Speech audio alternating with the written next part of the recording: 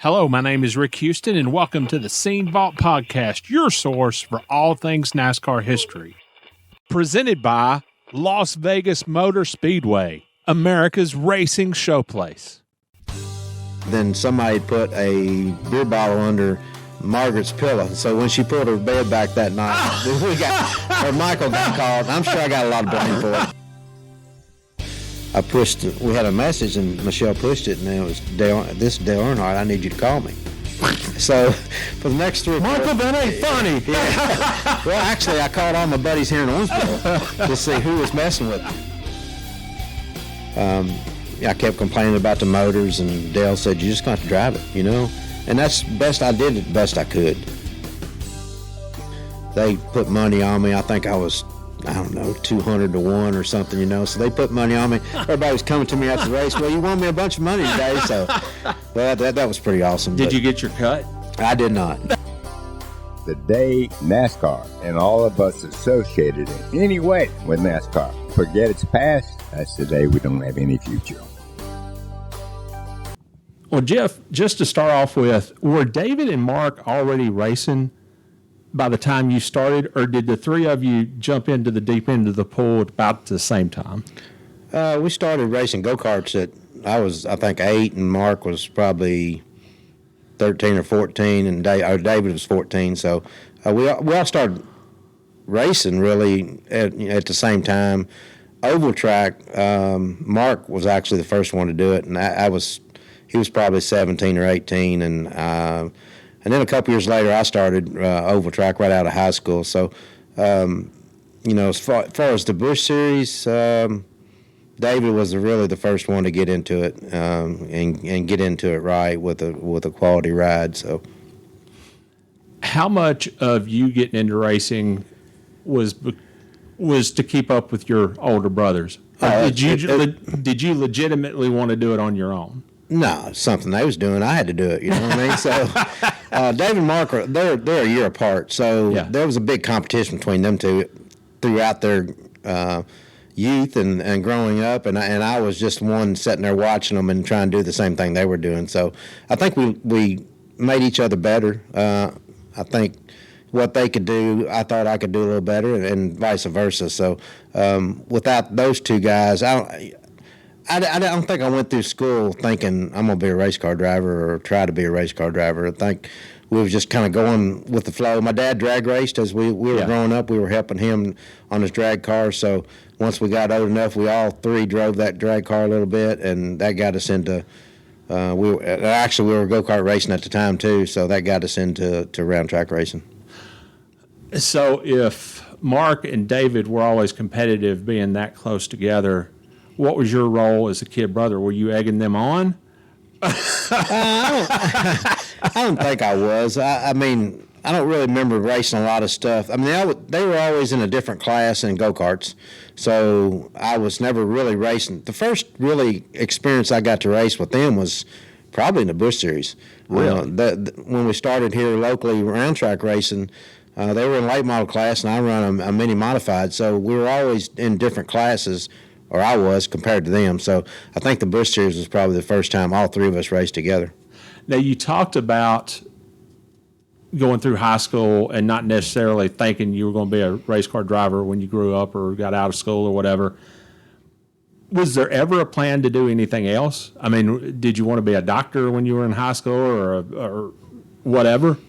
Nah, I was chasing girls, and we were go-kart racing. So, and honestly, I don't think without Mike Waltrip and I he was a year behind me, so we were running mates in high school, and watching Darrell at the same time. I really never even thought about oval track racing in high school, to tell you the truth. Not even, probably didn't even pay much attention to NASCAR in the 70s and in the early 80s, but when I started oval track racing, I'm sure I started paying attention a little bit to it, and having that connection with Mike to be able to watch Darrell, and that was his prime at that time. So that kind of got me more interested in it. I didn't really have a plan for life. We were enjoying high school, couldn't wait to get out, and now that you look back as an adult, you think, well, man, I wished I enjoyed that life a little bit better, but it all worked out for us. I did not know that you and Michael were running buddies in high school. You went to the same high school. We did. Same Yes. grade? No, he was a year behind me. Year behind you. Okay. Yeah. So we were what he got in trouble for, I pretty much did too. And I really didn't. I don't think I met Mike probably till I was a junior. I think because I think I got my license before he did, and of course we were thick and thin then. So we enjoyed it. We enjoyed our high school, and we enjoyed running around together. So and really, without him, I don't think I would ever got the opportunities I've got in my racing career. All right, so I have to ask, what's your best Michael Waltrip high school story that you can tell? Probably one of the parties we had at his parents' house. They were gone watching Daryl, and we had a pretty good party. And it took us, they were racing on Sunday, so it took us all day Sunday to get the house cleaned up and back in and prepared for Leroy and Margaret to come home. And well, we thought we did a pretty good job, other than somebody had put a beer bottle under Margaret's pillow. So when she pulled her bed back that night, Michael got called. I'm sure I got a lot of blame for it, but it's a pretty good story. True story too. Yeah. How competitive were the Green brothers growing up? And I'm talking about you and Mark and David. I think we were competitive. We built all of our race cars and our go-karts. We worked on our cars, and when we got to oval track, we built them basically from scratch. So, we won. When we went to the racetrack, we expected to win. If we didn't win, we were mad. We came back and worked on it a little bit harder and tried to make it faster. And I think competitive was our number one goal. How important was it to get down to Nashville and race at the fairgrounds? Was that the big goal here, or was it maybe another track? I'd run locally here, and I run Winchester, Indiana in the mid 80s, probably 4 or 5 years. We were all working at my uncle's concrete plant, driving concrete trucks, and he was letting us leave early on Saturday to go race on Saturday night. And so at the time, I really didn't realize how important it was going to be to me to move to Nashville and get on that big track and get with the right opportunity to go down there. And we pretty much dominated in 1990 in the late model stock car class. And without that, it didn't get me to the next door. It didn't get that next door open. So it was very important in my career to be able to do that. I went down there in 1989 and worked for Jimmy DeSiri, and I drove his race car. I worked on my late model the whole week. So without that, and that was my first really paying job to drive a race car. So, that taught me a lot about being able to work on cars, maintain them, drive it to the best of my ability, and being on a bigger track, 5/8 mile track with all that history. And they would sell that place out on a Saturday night back in the 90s. So, without those folks watching me, and that got my next door open. John Boatman was able to. He wanted me to drive he wanted to build a Busch car and go race, and that got me to the next. The next door was open for me and got me on the bigger tracks. Without him, that wouldn't have been my next step either. Once you did start running the Busch Series, you did have a few top tens along the way, but then you wound up 5th at Bristol. The week that we lost Allen, mm-hmm. I had not realized that until I was looking at your numbers. Then you sat on the pole at Rougemont, mm-hmm. Orange County, just a couple of races later. Was the plan at that point to make a go of it with Wayne Day, or were you maybe waiting on phone calls from other team owners? Absolutely was our goal. Wayne had a race car business. We built chassis for people, and he built the motor. We built the cars in-house and put the bodies on them, and that was definitely the goal. And, got to a point where, we'd have a few good runs, and then we'd have ones we'd blow up or get wrecked or get in a wreck. So it just got to a point where my career was stalled. And, I was still racing and making a living doing it, but I was also working in the shop, building others. I was working for a race car company basically, and we was building cars for people that run to the fairgrounds at Nashville. So my goal was to be a driver, and that was it. I enjoyed racing. I enjoyed working on the cars. I probably enjoyed driving more, but I enjoyed building things, and that was a step in my career that I don't think I'd ever change if I had to go back. But it was Wayne was good to me to be able to get us to the racetrack. We was building the cars, load them in the trailer. I was driving the truck. We was doing everything. We didn't get to get on the airplane and go places. So Wayne promised me a lot of things. He pretty much did everything he promised me. But, that got me to where I felt like I was better than what we had. So to be able to get to the next step, we had to step back and reevaluate, and that got me to North Carolina. 1994, you only ran 3 Busch races. Was that the point where you had kind of stalled out, or what was going on that year specifically? 93, I pretty much quit. Okay. Wayne and Mike Waltrip got me to move. Michelle and I, 2 years into our marriage, we moved from Nashville to North Carolina, worked for Mike Waltrip Inc. And that. So you were actually working for him in his shop. Yeah, I did not know that. Yeah, his shop in I want to say Sharon Grove, but Cheryl's Ford. Yeah. I actually built that and put that whole team together, and we raced a couple of times, or one time with Ronnie Silver's car. But that actually got him rolling for the Busch Series car that he owned. But and actually, I spotted for him in '94 in his Cup car. So I went to the racetrack with Bahari Racing, but I worked for Mike during the week.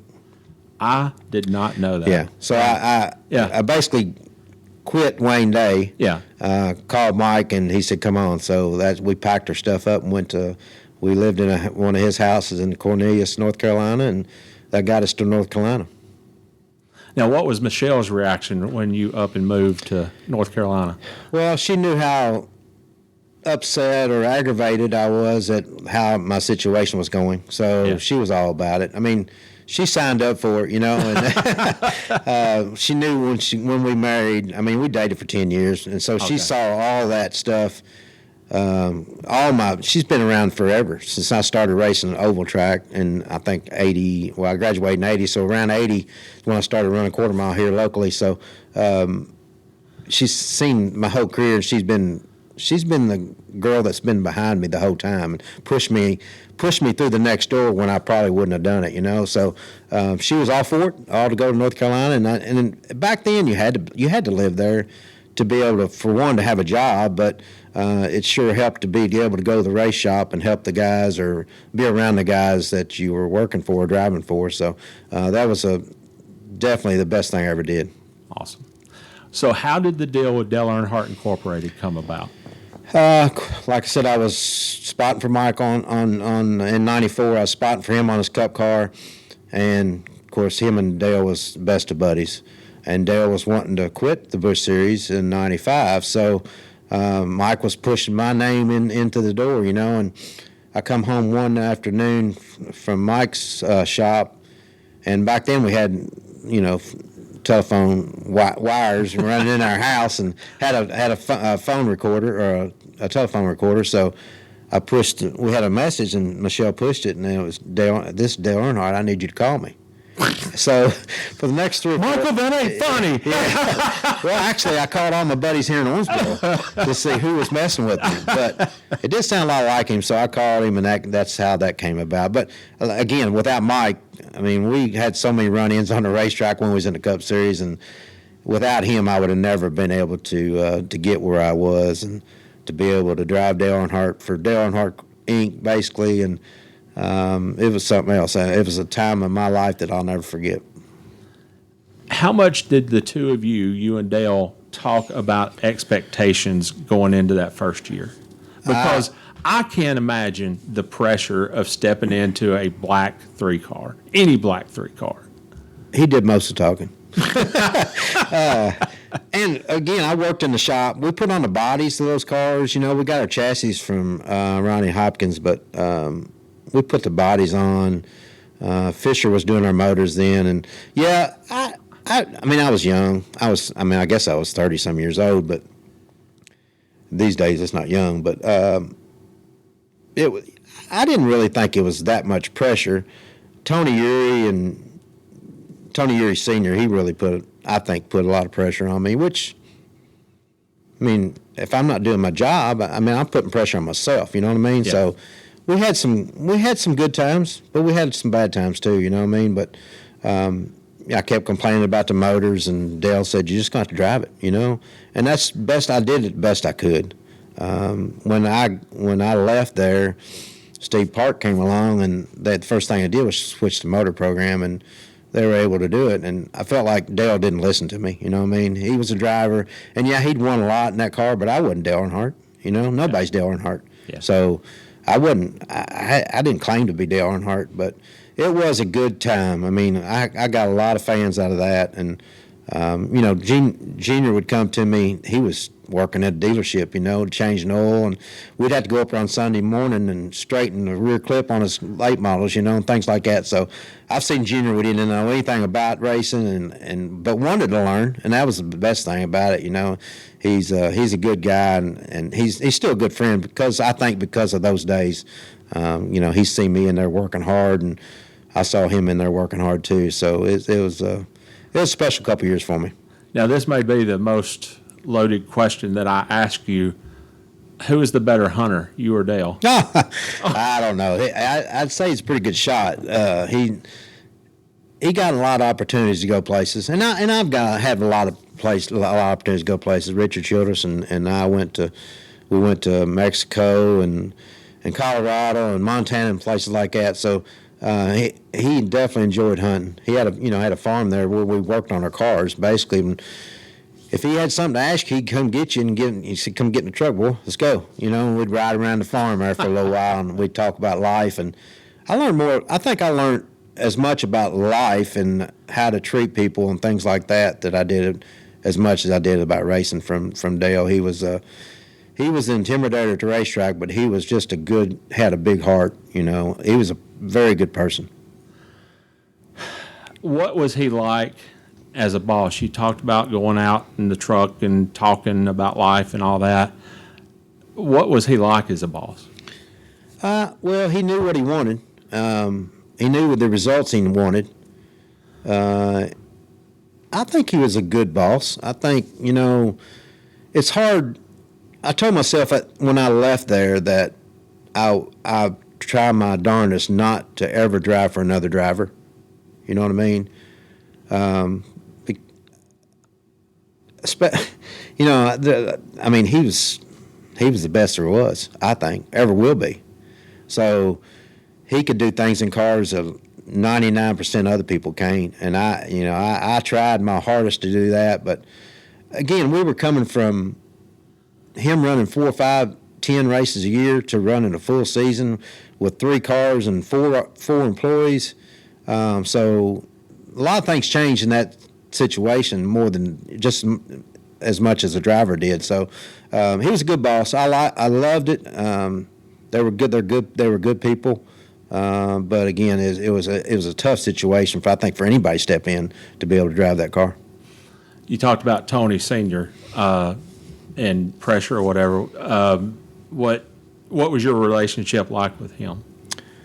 He was the kind of boss or guy that he come in the morning and he probably won't get a word out of him until after lunch. But but he's just Tony Uri. I mean, he's had, I think, you know, working for Dale Earnhardt, he expected the best. Tried to give it to him, but I mean, there were some races that wasn't my fault that we didn't win. You know what I mean? Come down pit road and we don't get tires on as fast as the next guys do, and it ends up not biting us into the day. So again, that was an experience that I'm glad I don't have to go back and do it again, but I wouldn't change it if I did. So you finished 5th that first season in points. Mm-hmm.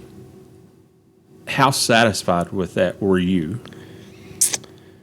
Well, again, my boss is winning the Cup championship, and he's winning on Sundays, and I'm running 4th or 5th or 2nd or 20th or wrecking or whatever, So I was satisfied. I mean, every time I was able to run a full season, I'm pretty much satisfied with what we had because I was able to see everything. I was able to be there every day and know why we wasn't winning or know why we didn't do what we were expected to do. So I think I was satisfied. There was a few races that probably, like every driver, wants back, try to do again, but I think I was satisfied with it.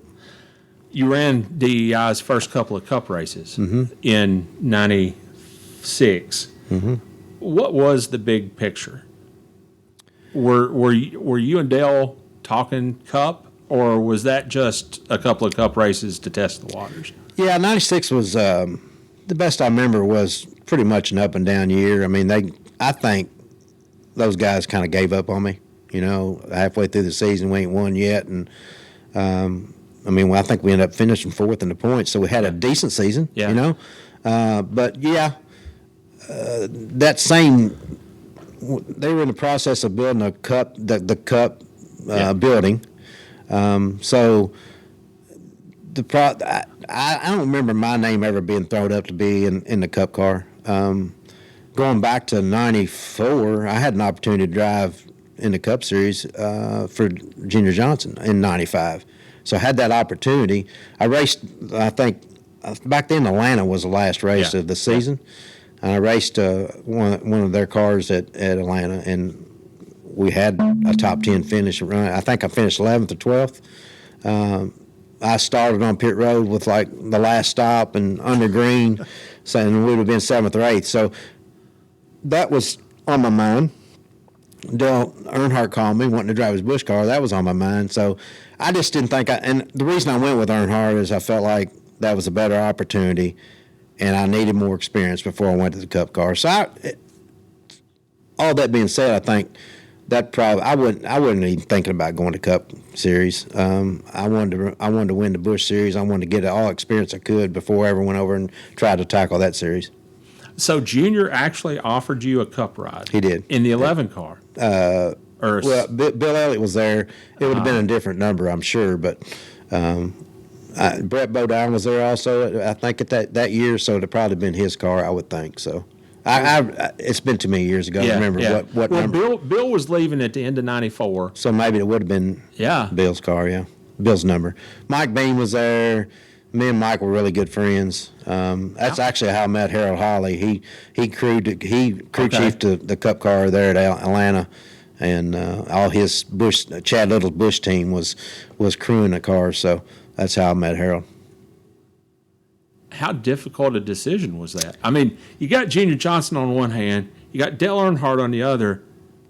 Those aren't bad options, either one of them. I mean, from the outside looking in, right? Knowing what you knew at that point. It was difficult, but again, I kind of went back. I felt like I needed more time. I thought I would get a, we ran good at Atlanta, but it's still, the series was so much different. 500-mile races and, maintaining every week race. But I think our Busch Series, we run like 24, 25 races back then, I think. Mm-hmm. Not a lot. Not as many as what they do in the Cup Series. So I just thought I'd need more time. I mean, that was a decision that pretty much had to draw it out of the hat, basically, but we went with Earnhardt, so. 96, you also ran a couple of Cup races for Gary Bechtel. Mm-hmm. Had you and Gary already talked about 1997 at that point? We did. We had. Okay. Yeah. Well, later in the year, Bill Engel called me. Bill was the crew chief over there or the team manager. So he called me, and they just wanted to put a Busch Series team together.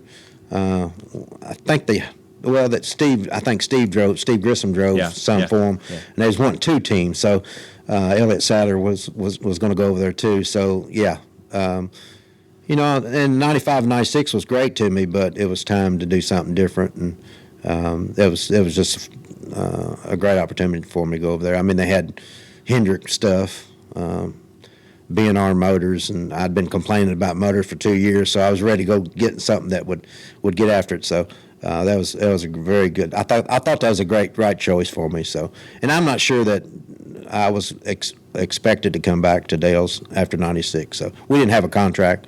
It was just shake hand and let her rip. So. All right.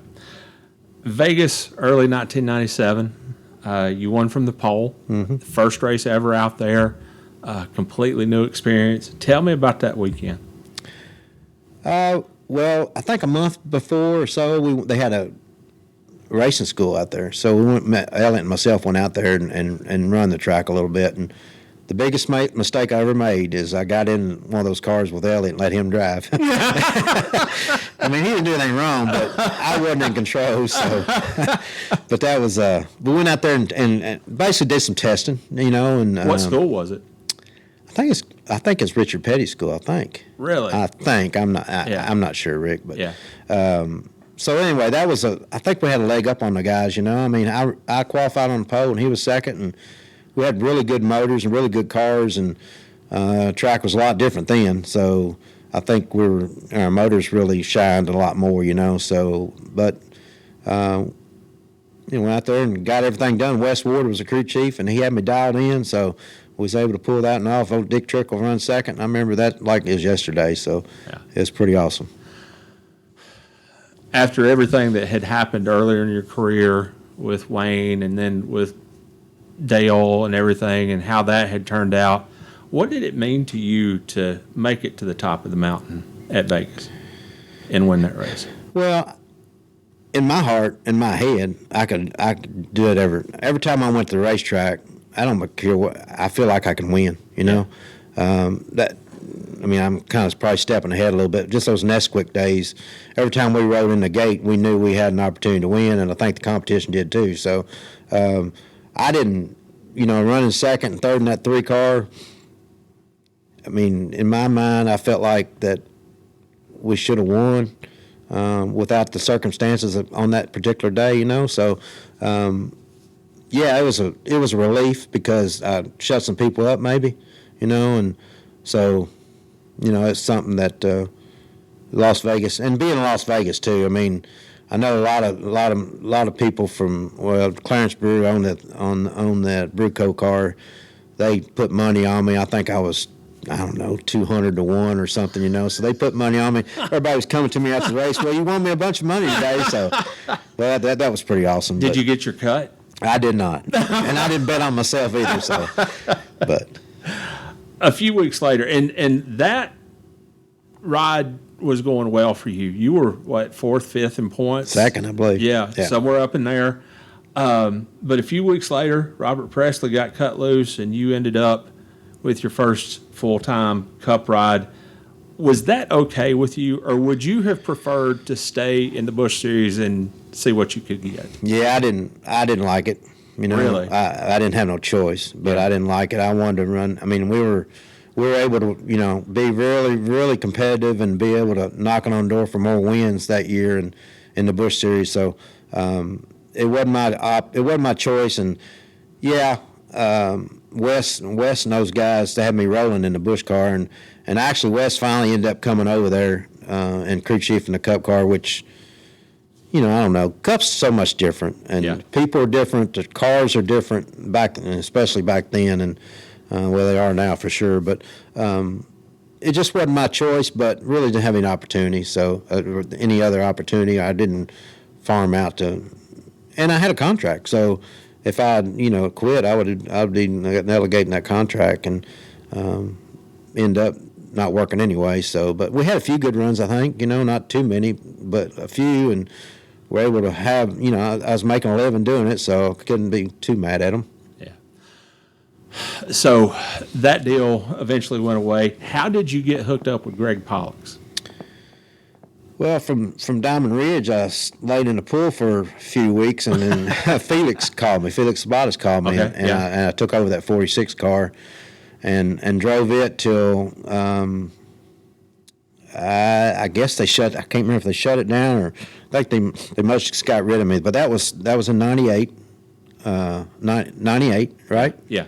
So because we started '98 in Diamond Ridge, and then they ended up folding the doors on that, and so at the end of '98, Harold Holly called me, and he was working for Greg Pollux. And I remember like as yesterday, we were here in Owensboro at Thanksgiving, I think, pretty much Thanksgiving. I believe it was Thanksgiving. Harold called me, wanted to know if I wanted to do it, and they were starting another team. Jason Keller was already there, so shoot, man, I'm first thing I thought about was that Atlanta run that Harold and those guys did. Was going to have brand new cars, going to have good motors. So yes, sir, I'm in. I didn't have anything, so I mean it was all up. I think it was Thanksgiving, and so yeah, it turned out the best thing. One of the best things I did too. And not a funny story, but Greg had been talking to Mark, my brother, so, and he thought he had it. So that was really, yeah. Mark understood. He felt like I was more qualified, I think, and had a better opportunity to go over there and do. So I hate it for Mark because he could have had that deal, but it's just the way it worked out. Is that something that you and Mark have talked about? And not since, really, he got an opportunity. Probably wasn't the caliber that I got, but I'd run Cup and I'd had more experience than Mark did, so he understood that I had what would probably be better for him. So that's good. That's a good brother for you there.